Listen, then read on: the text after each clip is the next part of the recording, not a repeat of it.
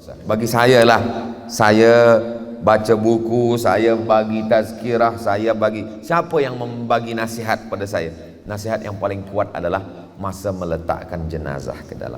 Jadi kalau ada orang mengatakan, Ustaz saya ni dengar tazkirah ni dah tak masuk lagi, engkau masuk ke liang lahat. Cubalah letakkan jenazah, itu pelajaran luar biasa. Susah nak kita cakapkan dengan kata-kata.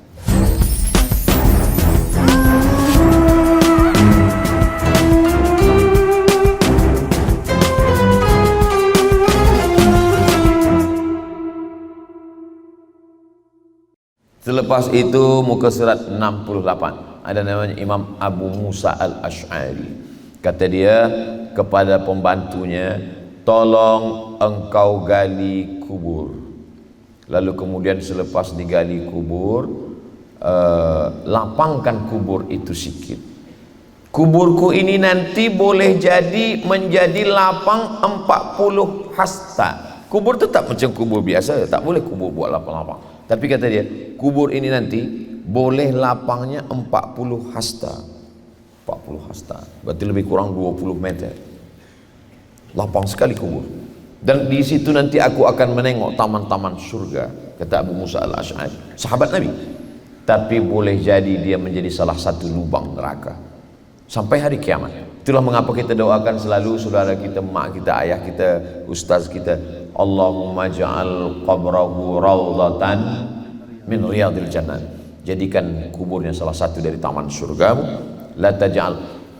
Kalau kita letakkan jenazah, hidung jenazah itu menempel, melekat ke tanah. Sunnah. Lepaskan penutup wajahnya, tempelkan ke tanah. Siapa nak merasakan sejauh mana pandangan kita, nanti malam ni sebelum tidur tempelkan hidung ke dinding. Macam itulah. Ustaz dah cuba, saya dah cuba dah, tapi tidak tiap malam. Saya tempelkan ke dinding. Oh, macam ini rasanya mati nanti. Makanya ada orang mendoakan, ya Allah jadikanlah kami nanti dikubur pandangan mata kami sejauh mata memandang. Mengapa bunyi doanya sejauh mata memandang? Sebab di kubur itu tak sampai sejengkal hidung mereka. Saya buka kain penutup almarhumah mak saya, sayalah yang melekatkan hidung dia ke tepi dinding makam itu. Sayalah yang mengambilkan tanah itu, letakkan ke tengkuk dia. Oh mak, dulu waktu aku kecil aku menangis, engkau ambilkan bantal, engkau letakkan bantal itu di tengkuk aku. Sekarang ini yang kubalaskan, tanah ni pula yang aku letakkan. Dulu bila aku menangis, engkau cium hidung aku. Sekarang aku letakkan pula hidung engkau ke tepi tanah. Itu yang kubalaskan. Jadi bila kita pesankan ke anak-anak kita, bila aku mati nanti, engkau yang pegang kepala aku, engkau yang membuka tutup wajah aku, engkau yang lekatkan itu ke tanah. Itu sampai hari ini, seakan-akan baru semalam, baru petang semalam. Itu teringat terus sampai hari ini. Itu membuat pelajaran yang luar biasa. Bagi saya lah, saya baca buku, saya bagi tazkirah, saya bagi, siapa yang membagi nasihat pada saya? Nasihat yang paling kuat adalah masa meletakkan jenazah ke dalam. Jadi kalau ada orang mengatakan, Ustaz saya ni dengar tazkirah ni dah tak masuk lagi, engkau masuk ke liang lahat. Cubalah letakkan jenazah, itu pelajaran luar biasa. Susah nak kita cakapkan dengan kata-kata. Masih ada waktu lagi Ustaz? Masya Allah. Kadang setengah ustaz ni dia segan. Dia segan. Saya pun segan pula nak berhenti. Ada sahabat Nabi muka surat 71 namanya Abdurrahman bin Auf. Di antara sahabat yang kaya raya lah. Manakala dia akan meninggal, 30 budak satu hari. Budak 30, kamu semua tak lagi jadi budak. Budak makna budak dulu tu budak hamba sahaya, bukan budak-budak kecil.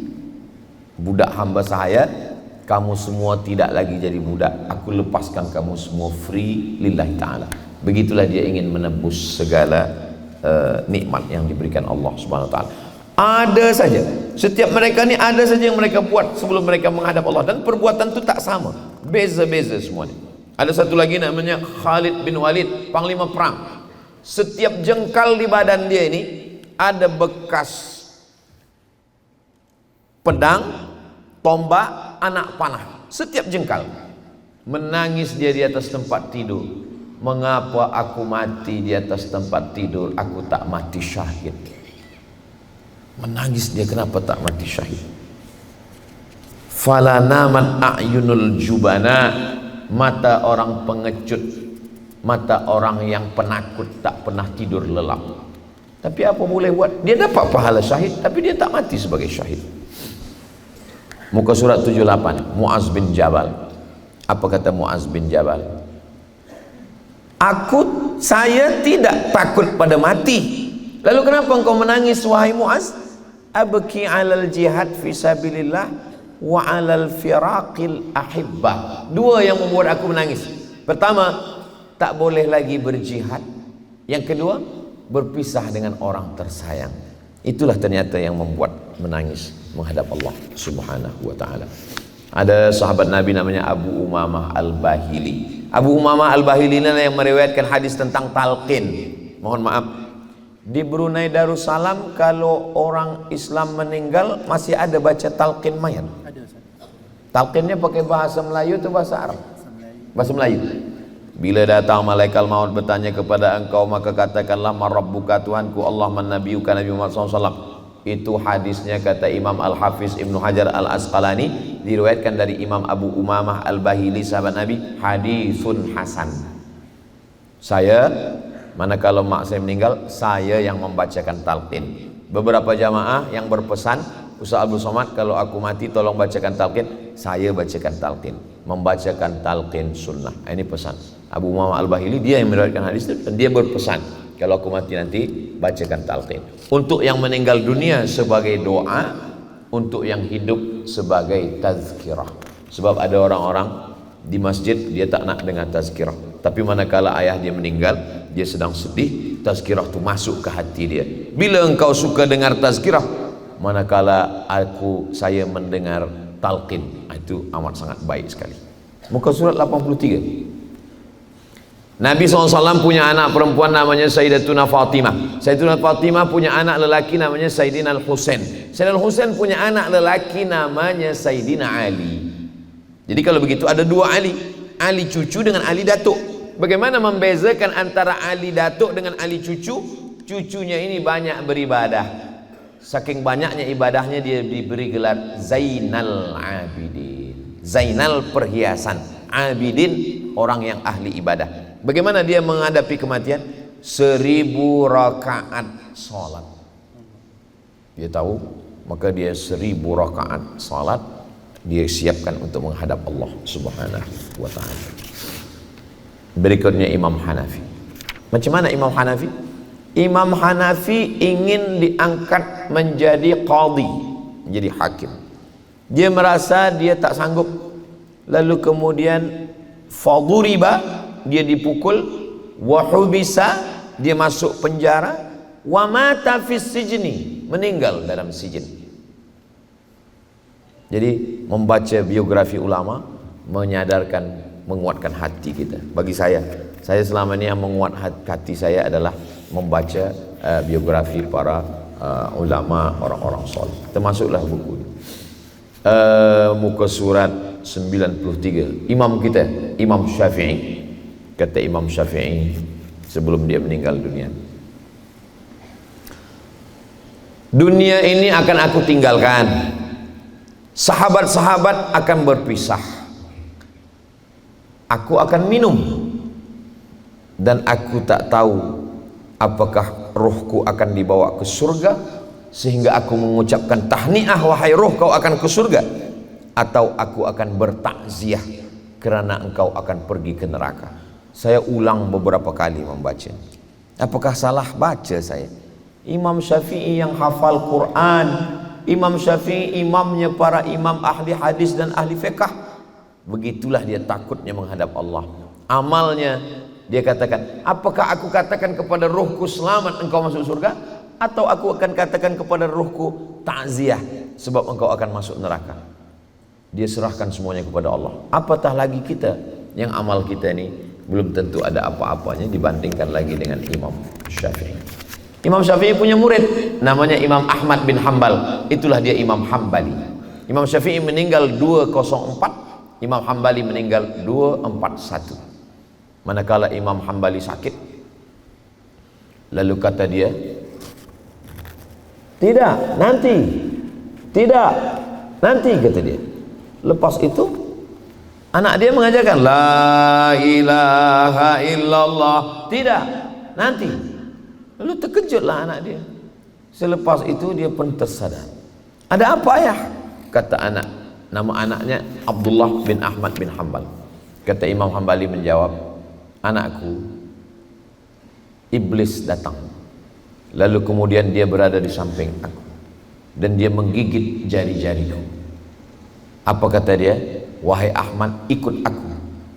Maka saat itu aku katakan, tidak, nanti setelah aku mati, selepas aku mati selamat.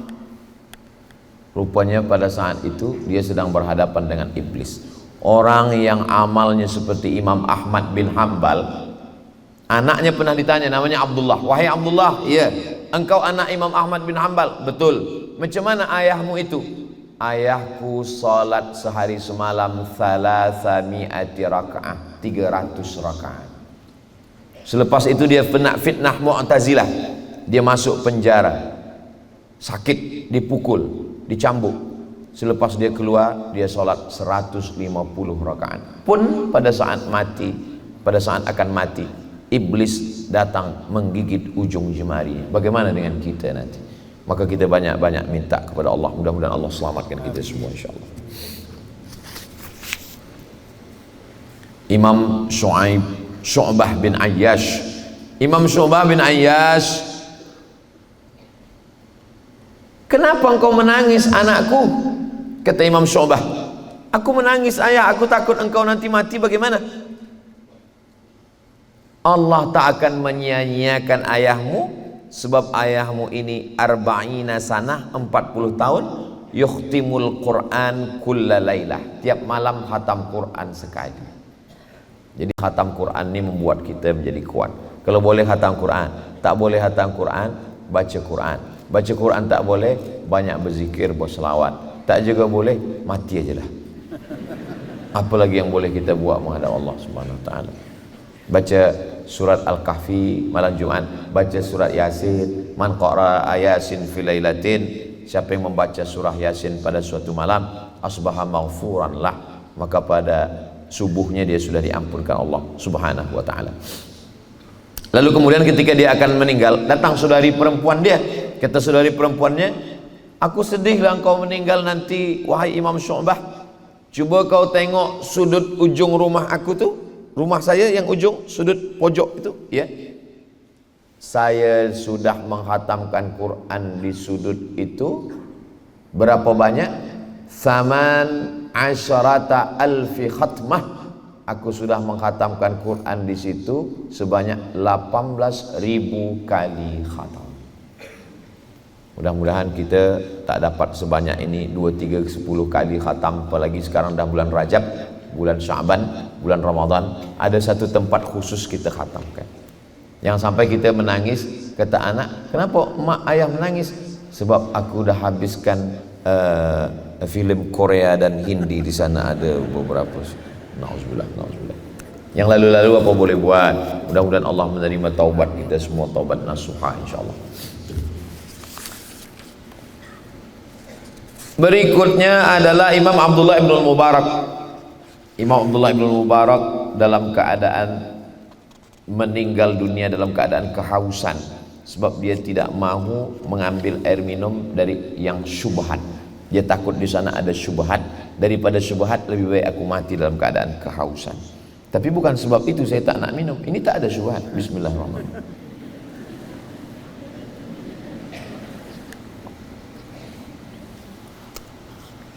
Lalu kemudian ada seorang ulama namanya Sirri As-Saqati. Lalu mereka bertanya, Imam Sirri As-Saqati akan meninggal dunia sebelum dijemput ajal. Selamat datang, berilah aku wasiat yang bermanfaat bagi saya setelah engkau pergi. jangan berteman dengan orang jahat, jangan putus hubungan dengan Allah, bersahabatlah dengan orang baik-baik. Lalu kemudian kita meninggal dunia, wahai Tuanku, mereka tak akan melihat orang seperti engkau. Sri As-Saqati menjawab, aku ada meninggalkan satu orang, yaitu siapa? Engkau, murid. Maka siapkanlah orang yang baik selepas kita mati. Kalau kita ada anak, kita didik anak yang baik. Kalau kita ada murid, kita didik murid yang baik, sahabat-sahabat yang baik-baik. Imam Junaid Al-Baghdadi sebelum meninggal dunia, dia bertakbir, berhati-hatilah terhadap pujian dan aib yang tertutup. Ini selalu saya baca berkali-kali, seakan-akan pesan itu ke saya. Berhati-hatilah wahai Abdul Somad terhadap pujian orang ramai dan aib yang ditutup Allah Subhanahu wa ta'ala. Mudah-mudahan sampai mati, sampai ke surga, Allah tutup segala aib dosa-dosa kita semua. Kemudian Imam Junaid menghadapkan wajahnya ke kiblat. Selepas itu dia bertakbir, Allahu Akbar. Lalu kemudian dia pun meninggal dunia, meninggal dalam keadaan husnul khatimah. Muka surat 126. Ada seorang ulama, nama dia Imam Ibnu Al-Manfaluti. Kata dia, mereka adalah para malaikat Rabbku, telah datang memberikan kabar gembira kepadaku tentang istana di surga. Mereka mengucapkan salam, assalamu alayka ya Ibnal Manfaluti. Lalu kemudian mereka membawa perhiasan-perhiasan surga. Selepas itu dia pun pergi menghadap Allah Subhanahu wa ta'ala, yang menyolatkan jenazahnya 30.000 orang. Jadi di antara orang soleh itu, dia boleh menengok malaikat datang membawakan kain-kain dari surga, membawakan perhiasan-perhiasan surga. Dia ingin cepat dilepaskan dengan kain dunia ini, sebab dia akan memakai. Jadi macam-macam yang ada banyak yang mereka tengok sebelum mereka menghadap Allah Subhanahu wa ta'ala. Yang last sekali, yang 35, 1 sampai 34 ni semua yang baik-baik semua. Tapi yang terakhir ni saya pilihkan satu yang matinya susah. Ini kenapa Ustaz pilih ini? Supaya kita ambil jadi pelajaran. Namanya Hajjaj bin Yusuf Al-Thaqafi. Dia suka membunuh orang. Bila dia tak suka, dia bunuh. Termasuk ada satu sahabat Nabi dia bunuh, Abdullah ibn Zubair ibn Awam. Lalu kemudian Hajjaj Al-Thaqafi ini, dia minta penyakit, muka surat 133, penyakit Al-Hajjaj disebabkan makanan dalam perutnya. Dipanggillah dokter. Lalu dokter ini mengambil daging, ambil daging, diikat dengan benang, maaf, dimasukkan dari bawah, dibiarkan beberapa lama. Selepas itu ditarik balik keluar. Di daging itu ulat-ulat, menempel ulat-ulat dan cacing-cacing sangat banyak. Hajjaj mengadukan penyakitnya kepada seorang ulama besar dari tabi'in, namanya Imam Al-Hasan Al-Basri. Lalu Imam Hasan berkata, aku kan dah sampaikan pada engkau Hajjaj, jangan ganggu orang. Inilah sekarang kau suka mengganggu orang, menyusahkan orang. Tengok yang kau terima sekarang. Kata Hajjaj, wahai Hasan, aku tak minta engkau nasihati aku. Aku pun tak minta engkau doakan aku supaya aku sihat. Lalu apa yang kau inginkan? Aku minta supaya cepat aku mati. Aku sudah tak tahan lagi.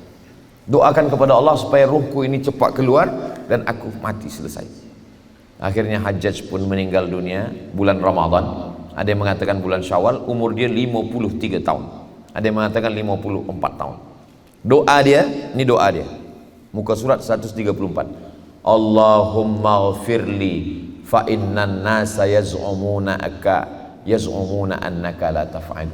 Ya Allah, ampunkan dosaku, walaupun semua orang berkata engkau tak akan mungkin mengampuni aku. Jadi orang yang jahat sekalipun, dalam lubuk hati dia yang paling dalam, dia tetap berkeyakinan ada harapan bahwa Allah mengampuni dosa dia walaupun sedemikian sakitnya dia. Itulah yang boleh saya sampaikan pada kesempatan ini. Setakat baca-baca sikit, nanti pada waktu luang kita baca sendiri masing-masing. Saya balikkan kepada moderator kita. Terima kasih. Wassalamualaikum warahmatullahi wabarakatuh. Waalaikumsalam.